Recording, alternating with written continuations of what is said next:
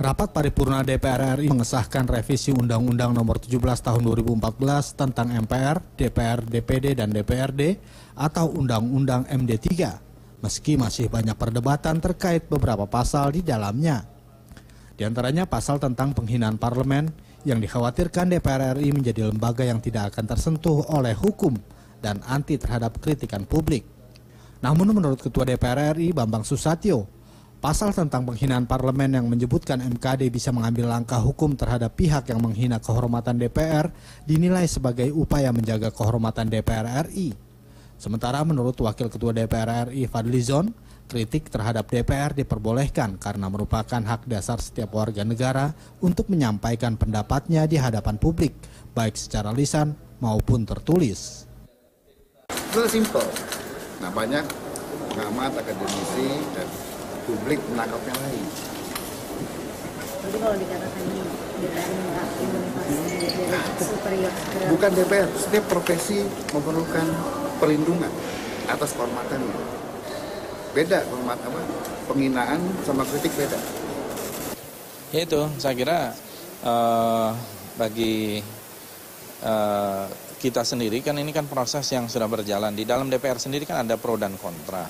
Tetapi kan akhirnya sudah diambil keputusan seperti yang kita saksikan kemarin sore. Itulah hasil maksimal yang ada dan dengan tentu kelebihan dan kekurangannya. Nanti masyarakat bisa melakukan judicial review jika memang menginginkan gitu. Iya, itu tadi adalah komentar dari DPR terkait dengan bagaimana kontroversi Undang-Undang MD3 ini ketika kemarin sudah disetujui oleh DPR dan tinggal menunggu pengesahannya atau resmi diundangkan oleh... 11 hari lagi. Tinggal 11 hari lagi. Undang-undang. Oke. Pak Refli tadi kalau dari sisi kiri saya semuanya melihat dari sisi pemerintah, tapi kalau Pak Refli sendiri melihat kan ini banyak juga dari... Oke. Sekarang kalau tadinya kan, sekarang udah enggak. Kalau saya lihat udah mundur dari 3 tahun yang lalu. Iya. Kalau lihat dari sisi kontroversialnya, kalau tadi Pak Cucun, Pak Ferry mengatakan bahwa pemerintah seakan-akan ini kok baru sekarang bingungnya. Tapi kalau saya lihat DPR kalau seandainya juga sama-sama memikirkan implikasi undang-undang ini begitu luar biasa, harusnya kan tidak, tanggung jawabnya tidak hanya ke pemerintah kan sebagai yang mengajukan revisi undang-undang ini. Iya, begini, kita bicara formal dan material ya. Kalau formal memang sebuah undang-undang itu pasti disetujui bersama ya. Artinya DPR 50%, pemerintah 50%. Tapi kalau kita lihat materialnya, ini kan sebenarnya kan kepentingan DPR sendiri. Nothing to do dengan presiden sesungguhnya. Nah pertanyaannya, antara DPR dan presiden kan ada Menkumham. Nah pertanyaannya adalah Menkumham bertindak untuk kepentingan siapa? Apakah untuk kepentingan partainya atau untuk kepentingan presiden? Secara formal mungkin untuk kepentingan presiden, tapi secara material untuk kepentingan partai. Karena materinya kan sebenarnya tidak ada kaitannya dengan presiden sama sekali. Karena itu tidak heran menurut saya kalau kemudian presiden juga tidak pay attention di sini. Misalnya pasal mengenai DPR bisa menggunakan Polri, kan nggak ada kaitannya sama presiden. Pasal mengenai protection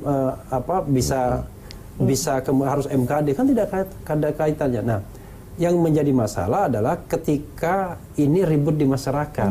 Nah, ditarik sebagai ini kan tahun politik. Demokrasi, ketika kemudian ribut di masyarakat, Anda bagaimana menyikapinya? Nah, satu-satunya pilihan bagi presiden adalah menandatangani atau tidak menandatangani, itu saja kan. Nah, kalau dia menandatangani, maka kemudian secara simbolik dia seolah setuju. Tapi kalau dia tidak menandatangani, secara simbolik bisa dikatakan dia tidak setuju. Padahal setuju juga. Kan begitu. Ya, saya bilang simbolik. Kan karena simbolik pura-pura setuju. Simbolik itu lebih tepatnya itu. Simbolik itu penting bagi perspektif politik karena tahun politik. Iya. Tapi bagi MK juga penting. Karena kalau misalnya tidak ditandatangani berarti kan bisa dipegang bahwa pemerintah menolak undang-undang tersebut. Nanti ketika misalnya saya mengajukan judicial review, lalu kemudian ternyata pihak pemerintah defense yang diwakili oleh Menteri Hukum dan HAM, kan biasanya yang akan mewakilkan Menteri Hukum dan HAM, stafnya.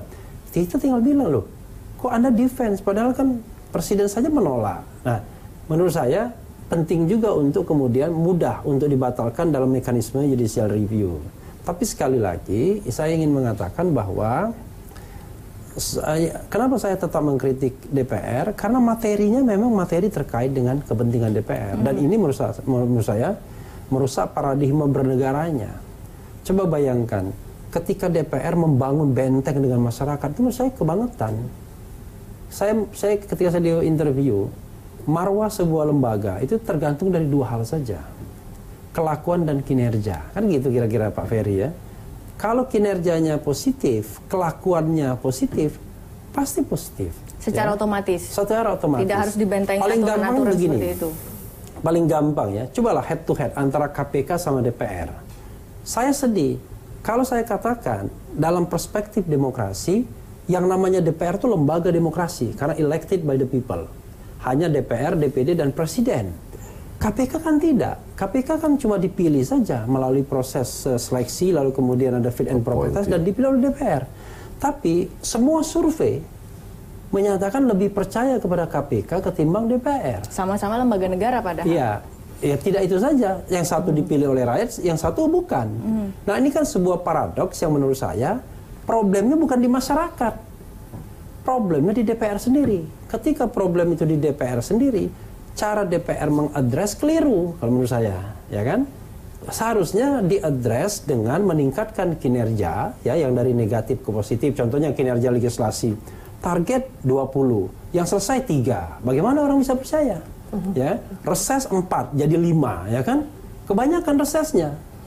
Uang resesnya soalnya gede. Kira-kira begitu. Nah, karena itu kemudian belum lagi kelakuan. OTT setiap periode selalu ada OTT-nya. Coba tunjukkan ke saya. Sejak KPK hadir ya sampai kemudian DPR hari ini tidak ada periode yang tidak ada OTT-nya. Dan tidak ada partai yang tidak kena OTT. Gerindra juga kena OTT kan, akhirnya kan semua kena OTT. Nah, itu menunjukkan bahwa memang dikit lah, tapi Gerindra dikit. Setengah. Ya.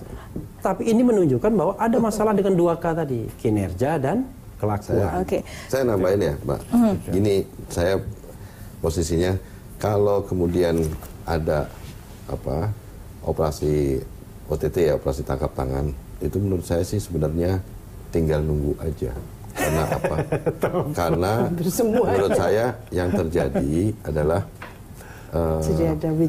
eksekutif dan legislatif rente gitu. Jadi memang mekanisme itu memang mempertemukan antara pihak yang ada di situ. Kalau ini cocok ini mantan demonstran begini ini cara berpikirnya. Sehingga yang seharusnya dilakukan itu sebenarnya kan pencegahan. Bagaimana sebenarnya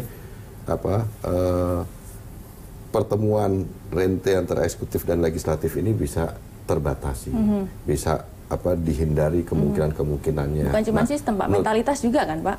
Iya, menurut saya sekarang kalau misalkan itu sistemnya seperti itu membuka ruang mentalitas, bukan cuma mentalitas tapi membuka peluang. Jadi OTT itu jadi soalnya nangkep kecil atau gede itu OTT, jeleknya itu menjadi masalahnya seperti itu. Pak, saya kembali padahal fokus lagi. Masalahnya sebenarnya itu. Dulu waktu masih Bappenas KPK belum ada ya nggak ada, tapi kan bukan berarti itu sudah ada korupsi. Oke, silakan Pak.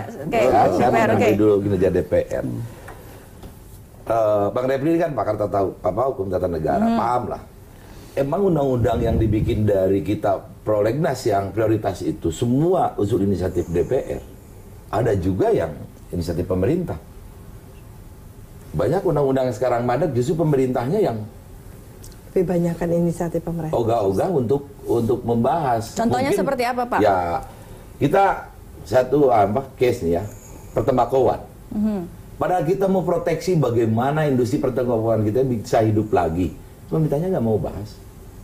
Berapa kali? Nggak mau hadir di DPR. Malah DPR yang jadi sasaran karena kinerjanya ini nggak selesai. Dari beberapa prolegnas yang diprioritaskan dari 20 hanya 3. Ini dalam pembahasan itu. Artinya makanya saya bilang tadi, ini jangan kasih pembodohan dari semua. Bebannya menurut saya ketika misalkan ukurannya legislasi yang dihasilkan bisa jadi itu ya bisa jadi salah di DPR, tapi bisa juga salahnya juga dari DPR ketika misalkan pertemuan Begini rapat Bang Ferry, kerja. justru yang saya dari awal bicara, saya minta justru semua para akademisi, para pakar Ya, berikan edukasi kepada masyarakat Masalah proses yang ada di sebenarnya DPR. gimana. Oke. Jadi pemerintah Jangan unsur sampai, beban kesalahan apa unsur semua kesalahan dari dibebankan pemerintahnya itu. juga Juga, ada. oke, Karena oke. secara rinciannya menurut saya Oke, baik. Saya ke Bu Siti. Bu Siti begini, yang sekarang ini menarik adalah ada banyak desakan juga kepada Presiden. Kalau tidak setuju, katakanlah dengan lantang dengan membuat perpu. Apa tanggapan Anda? nah itu lebih bagus. Biar nanti ahli hukum ya. Dukung, Tapi kalau mungkin dari etika politik dan lain sebagainya. harus Iya. didukung Bu Siti. Iya, selalunya dalam revisi undang-undang saya pernah ikut ya dalam mengawal panja revisi undang-undang pilkada. Jadi memang yang punya otoritas itu kan pemerintah dan DPR. Tapi selalu kita menyampaikan baik DPR maupun pemerintah dalam merumuskan, dalam akan menetapkan itu senantiasa mengingat gitu loh. Pasal ayat yang di-create, yang diciptakan itu akan berdampak. Nah, dampak ini sudah dipikirkan nggak? Jadi adalah pendekatan filosofi di situ. Jadi tidak melihat ini ada pasal ayat yang tidak boleh sama sekali dikompromikan. Kenapa? Ini bersentuhan langsung dengan kepentingan nasional kita. Lah, MD3 ini adalah refleksi, undang-undang ini refleksi dari bagaimana memberikan payung yang cukup secara legal framework tadi itu kepada institusi demokrasi, kan itu. Bagaimana nilai-nilai demokrasi bisa dijalankan dengan payung yang tegak tadi. Lah, sekarang kalau ada argumentasi dari DPR bahwa DPR tidak mau dong dicaci maki terus-menerus dan sebagainya yang indikasinya seperti itu. Itu Menunjuk bukan yang dengan lain. payung hukum yang lalu membuat demokrasi kita tidak workable gitu, tidak bisa berlangsung karena dengan pasal ayat yang merumitkan tadi itu. Yang perlu direspon oleh para anggota dewan adalah bagaimana memperbaiki tadi itu, baik perilaku, perbuatan dan sebagainya, sehingga kepercayaan masyarakat itu tanpa diminta, tanpa dituntut-tuntut itu datang sendiri. Itu loh. Nah, ini yang perlu kita putus mata rantainya kalau kita mau membangun demokrasi secara serius. Ini menggelikan menurut saya. Setiap undang-undang, revisi undang-undang, niatan untuk merevisi, memperbaiki, membuat berkualitas, justru membawa setback. Kenapa? Ada muatan di tengah jalan itu bahwa partai punya kepentingan tertentu. Lah, kalau seandainya Presiden diminta untuk perpu, kepentingan partainya ini kebetulan kalau MD3 itu ada di Menteri Hukum dan HAM-nya. Iya. Jadi baik pemerintah juga partai juga yang pegang. Karena top pucuk pimpinan di kementerian dan lembaga itu juga orang yang political appointee kan gitu. Bu Siti, sebelum Bu Siti pamit, saya tadi bertanya terkait dengan adanya desakan perpu yang seharusnya dilakukan oleh Presiden apabila memang tidak senang atau tidak setuju adanya undang-undang ini. Apa tanggapan Anda, Bu? Iya, perpu kan sudah pernah ya diargumentasikan di eranya Pak SBY itu terlalu banyak perpu kan gitu ya. Menurut Apakah saya akan memperbaiki masalah atau justru sebaliknya? enggak juga menurut saya. Perpu lagi-lagi menurut saya ini adalah keteledoran kita dalam menyiapkan bagaimana suatu revisi undang-undang. Jadi uji coba gitu. Enggak apa-apa, nanti juga ada judicial review. Jadi take it easy gitu ya. Berpikir kita ya, masyarakat Indonesia, elit Indonesia juga sama. Enggak apa-apa, nanti juga ada judicial review. Itu energi loh. Kita harus mondar-mandir ke MK, padahal pekerjaan rumah yang harus diselesaikan oleh DPR, oleh pemerintah itu sangat banyak, Mbak Rana. Itu aja. Jadi saya dalam posisi yang mengapa kita tidak mengobati atau merespon, memberikan solusi terhadap permasalahan akar masalah itu. Jadi justru mencari-cari gitu. Tidak apa-apa, MK, judicial review, tidak apa-apa ada perpu. Perpu itu kan dibuat sedemikian rupa karena ada kondisi yang sangat memaksa dan darurat. sebagainya. Itu Oke, mungkin pakar hukum saya nggak Oke, ngerti. Baik. Terima kasih Bu Siti atas waktunya. Bu Nanti Siti kita lihat terpaksa. tuh Pak Presiden ini sikapnya yang sebenarnya apa.